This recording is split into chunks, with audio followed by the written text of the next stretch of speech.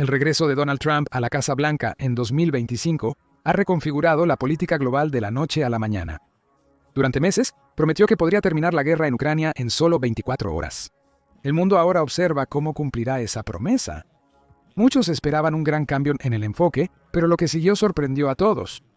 En lugar de retroceder o ceder a las demandas de Putin, Trump ha cambiado el guión. Su gobierno mantiene una postura firme.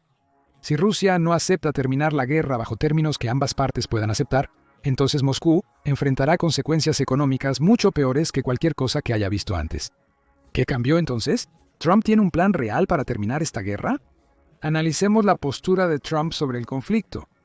De acuerdo con el actual presidente de Estados Unidos, la guerra en Ucrania nunca debió comenzar, y él tenía un plan para finalizarla en 24 horas tras asumir el cargo. Aunque la afirmación de las 24 horas es una hipérbole intencional, hay algo de verdad en que Trump realmente quiere que la guerra en Ucrania termine pronto, pero las razones podrían no ser lo que piensas. En declaraciones previas durante la elección, Trump no ofreció afirmaciones o planes concretos para finalizar la guerra. Casi todas las entrevistas concluyeron con una exclamación indirecta que se resumía en que la guerra es mala, pero sin un plan concreto o directiva a la que el público pudiera aferrarse. Algunas de las afirmaciones de Trump podrían tomarse al pie de la letra, al menos en la medida de lo posible considerando la gran cantidad que ha emitido a lo largo de los años. Sugirió que Trump está dispuesto a hacer tratos con Rusia y quizás Ucrania para concluir la guerra satisfactoriamente. ¿Satisfactorio para quién, sin embargo? Esa es toda otra pregunta. En una declaración el 10 de septiembre de 2024, Trump evitó responder si quería que Ucrania ganara la guerra, solo repitiendo que necesita terminar para ambas partes involucradas. Político argumentó que este rodeo es una de las declaraciones más claras que el presidente electo ha dado hasta ese punto. Demostró que sus prioridades pueden estar en pacificar a Rusia. Esto es consistente con la historia a menudo complicada que Trump tiene con Putin. En 2018, los servicios de inteligencia rusos fueron acusados de interferir en las elecciones de 2016, las mismas que llevaron a Trump a la oficina por primera vez. Trump negó esta implicación, lo que podría considerarse un intento de aplacar y congraciarse con Rusia, una de las mayores potencias del mundo, con extensas redes económicas y geopolíticas. Pero aún así, el gobierno de Trump solía tomar decisiones que parecían contradecir directamente la retórica utilizada por el presidente en ese momento. Ya en 2017, los Estados Unidos aprobaron la venta de armas y equipos antitanque a Ucrania, a pesar de que estaba en un estado de conflicto parcial con Rusia y el acto sería considerado ofensivo para Putin. De igual forma, Estados Unidos sancionó a Rusia por apoyar regímenes desestabilizadores en Medio Oriente, anexar Crimea e intensificar el conflicto en Ucrania. Aunque las primeras rondas de sanciones comenzaron en 2014, las administraciones de Trump y Biden extendieron su duración durante sus mandatos. Aunque Trump afirmaba conocer bien a Putin y estar dispuesto a hacer tratos y acuerdos honestos con él, también le aconsejó en 2017 que no intentara desestabilizar Ucrania y el Medio Oriente, lo cual resultó aún más confuso. El enfoque ambivalente de Trump hacia la presidencia parece haber continuado en su segundo mandato, con solo cambios menores en sus puntos de vista desde entonces. Claramente, Trump piensa que Estados Unidos necesita paz con Rusia, pero sin un plan concreto o noción de lo que implica esa paz. La opinión y relación de larga data de Trump con Rusia se complican aún más cuando metemos a la OTAN en la mezcla. Aunque la OTAN es la alianza militar más poderosa del mundo, no es un secreto que Estados Unidos ejerce un peso considerable en términos de mano de obra, tecnología y potencial ofensivo y defensivo. Estados Unidos posee el mayor arsenal, fuerzas aéreas, navales, incluyendo portaaviones y capacidades de largo alcance. Esto se demostró en noviembre de 2024, cuando el ejército de Estados Unidos lanzó devastadores ataques contra Irán y las milicias proxy respaldadas por Irán en el Medio Oriente. Los principales medios de ataque fueron bombarderos y cazas, generalmente de la generación previa en vez de la más actual. Los ataques demostraron que con más de 750 bases militares en más de 80 países, Estados Unidos aún puede transportar sus tropas a cualquier parte del mundo. Estas bases militares son más comunes en Japón, Alemania y Corea del Sur, respectivamente, para mejorar la defensa nacional contra China, en el caso de Japón y Corea del Sur, o Rusia, en el caso de Alemania. Pero durante el primer mandato de Trump, era claro que otros países de la OTAN dependían demasiado de Estados Unidos. La alianza sugiere que cada miembro aporte mínimo 2% de su Producto Interno Bruto a los presupuestos militares y de defensa de la organización. Solo 3 miembros cumplieron con esta recomendación antes de 2014. Como referencia, Estados Unidos, Se mantuvo como uno de los contribuyentes proporcionalmente más altos, destinando constantemente entre el 3,5% y 3,8% de su Producto Interno Bruto a su ejército cada año. En 2024, solo Polonia y Estonia aportaron más en proporción a los programas de defensa nacional de la OTAN. Entre las potencias económicas, solo el Reino Unido aporta constantemente cerca del 2% de su Producto Interno Bruto a defensa.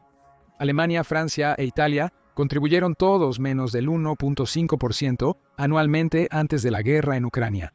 Trump presionó para aumentar las contribuciones de los aliados debido al desequilibrio significativo en el gasto de defensa entre los miembros de la OTAN. Informes especularon que Trump podría reducir el papel de Estados Unidos en la OTAN si otros países no cumplían con sus objetivos de gasto en defensa. No obstante, dejar por completo la OTAN sería un hecho inédito y no tiene un marco legal bien definido dentro de la alianza. Al mismo tiempo, Rusia ve a la OTAN como una de sus principales fuentes de conflicto, ya que su expansión gradual ha hecho que casi todos los países de Europa del Este estén en la OTAN o aliados con Rusia. Esto ha creado algo similar a la cortina de hierro de la Guerra Fría, donde los países se están inclinando hacia Rusia o hacia el oeste en busca de apoyo económico e influencia geopolítica. La alianza de la OTAN incluye gran parte de Europa continental, y sus miembros más nuevos, Suecia y Finlandia, tienen una larga historia de conflictos y tensiones con Rusia, con algunas excepciones. La posible salida de Estados Unidos de la alianza habría sido una gran victoria geopolítica para Rusia. Sin uno de sus miembros más grandes y poderosos, el único con un arsenal nuclear que rivaliza con el de Rusia, la OTAN tendría menos influencia para guiar las políticas de Rusia y Europa del Este. Y quizás lo más importante, los Estados Unidos es probablemente el mayor donador individual de la OTAN a Ucrania durante la guerra. La industria militar de Estados Unidos ha proporcionado a Ucrania tanques, municiones, defensas antiaéreas y misiles de largo alcance, los cuales han sido utilizados efectivamente para prolongar la guerra y dañar la reputación y el ejército de Rusia. Pero existe la posibilidad de que no importa si los Estados Unidos están en la OTAN o no, su presencia podría no tener ningún efecto en cuánta ayuda recibe Ucrania. Poco después de asumir el cargo, la administración de Trump pausó cierta ayuda no militar a Ucrania durante una revisión de 90 días, con opción a extenderla. Sin embargo, el presidente Zelensky confirmó que la ayuda militar, que es crucial para la defensa de Ucrania, ha continuado sin interrupción. Esto implica que Trump prioriza resolver la guerra sobre su relación personal con Putin, adoptando una postura aparentemente neutral mientras preserva los intereses de Estados Unidos. Intereses estratégicos. Para Putin, cualquier cosa menos que un apoyo total a Rusia significa que Estados Unidos podría haber dicho que su ejército está a punto de entrar en la guerra. Putin podría haber esperado otro ángulo cuando Trump asumió el cargo el 20 de enero. Una de las principales razones detrás del conflicto escalado en Ucrania es que el país ha comenzado a acercarse a la UE y la OTAN para su entrada. Aunque la membresía de la OTAN se había planteado antes, Ucrania solicitó unirse a la UE pocos días después del inicio de la invasión. Al vincularse con la OTAN y Europa Occidental en general, Ucrania ha estado alejándose cultural, demográfica y tecnológicamente de sus influencias rusas, y esto ha sido un gran problema para Rusia. Ucrania es una tierra rica en recursos naturales, siendo uno de los principales exportadores de granos del mundo. También tiene depósitos considerables de metales como hierro, manganeso, cobre, uranio y titanio, algunos de los más grandes de Europa. El cobre, el uranio y el hierro son críticos para industrias como la manufactura o la producción de energía. Pero Ucrania actualmente no tiene las capacidades para explotar completamente estas reservas. Si Ucrania ingresa a la UE y la OTAN, es probable que sus recursos sean dirigidos hacia Europa Occidental. Alternativamente, Ucrania podrá obtener un precio mucho más alto por ellos al vender a un país con prioridad en la industria como China. De cualquier manera, permite a Ucrania catapultar su industria y la calidad de vida general de sus recursos. En cambio, la invasión rusa a Ucrania revela que Putin y tal vez China buscan acaparar estos recursos para sí mismos.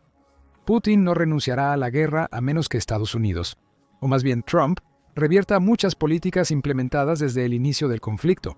Estos incluyen que Ucrania no use armas de largo alcance en Rusia, reducir las armas enviadas por Estados Unidos, o la OTAN, reconocer los territorios ocupados por Rusia como suyos, levantar sanciones económicas recientes, prohibir que Ucrania entre a la OTAN y controlar su adhesión a la UE. El cambio de rumbo pondría a Ucrania nuevamente en la esfera de influencia rusa, similar a Bielorrusia.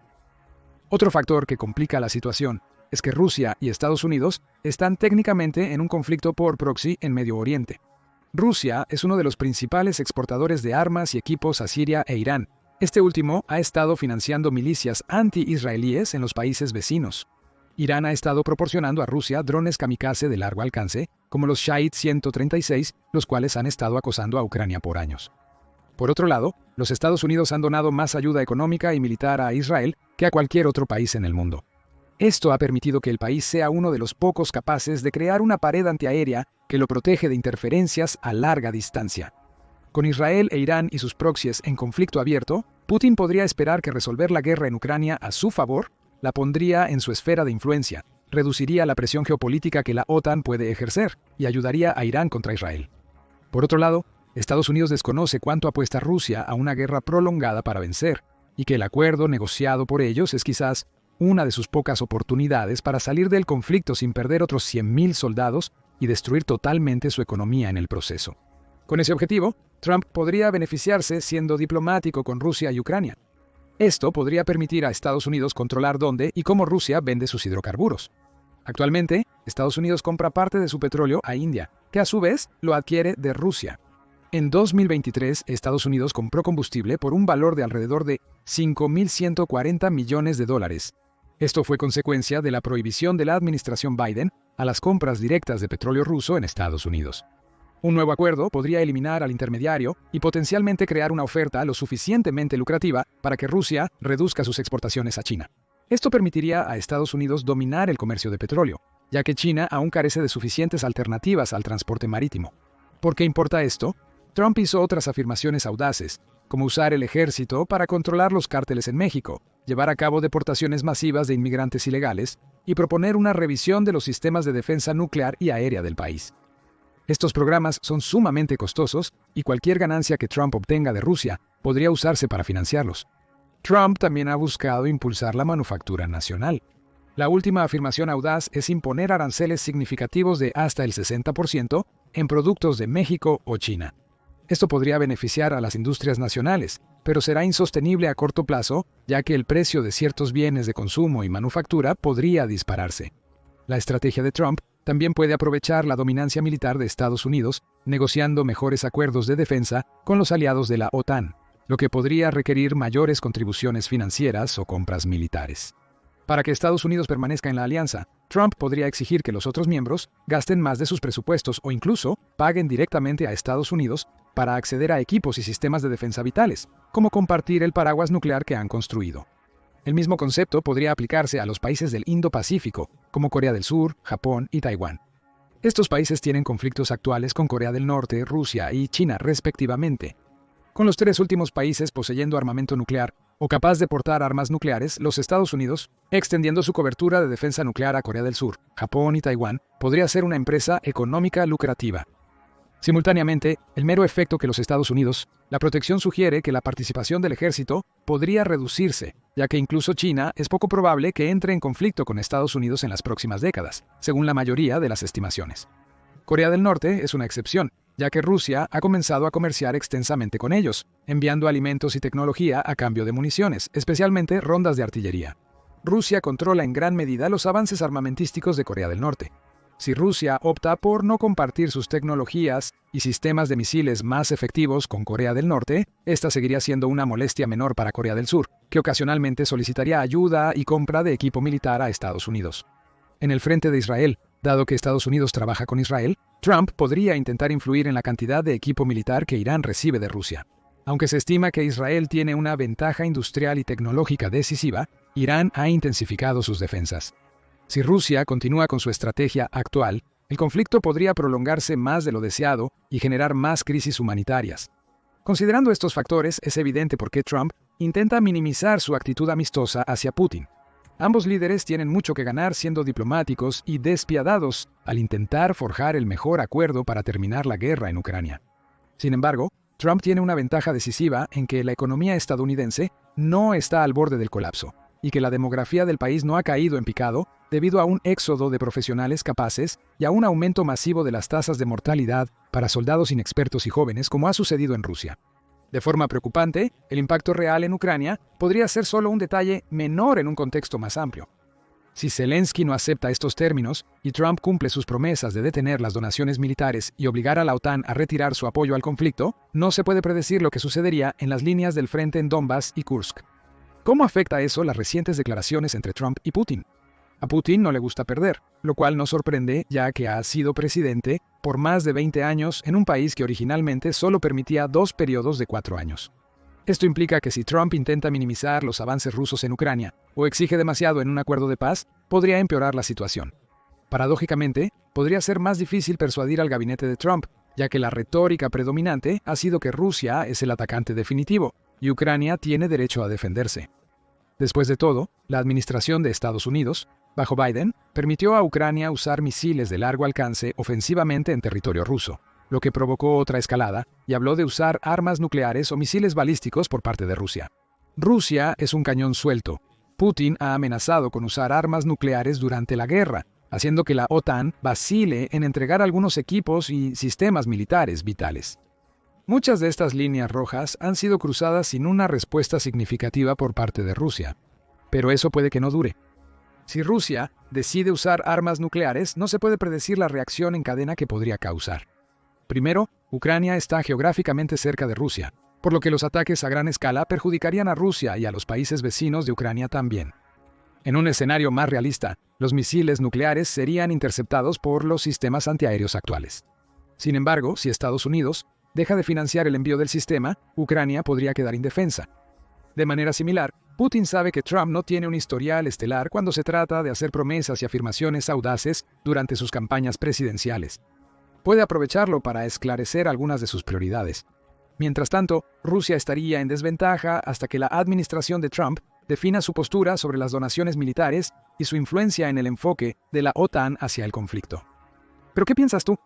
¿Conseguirá Trump todo lo que quiere de Putin? ¿Y cuánto tendrá que ceder? ¿Y cuál es el papel de Ucrania en poner fin a la guerra? Gracias por ver y deja tus comentarios abajo.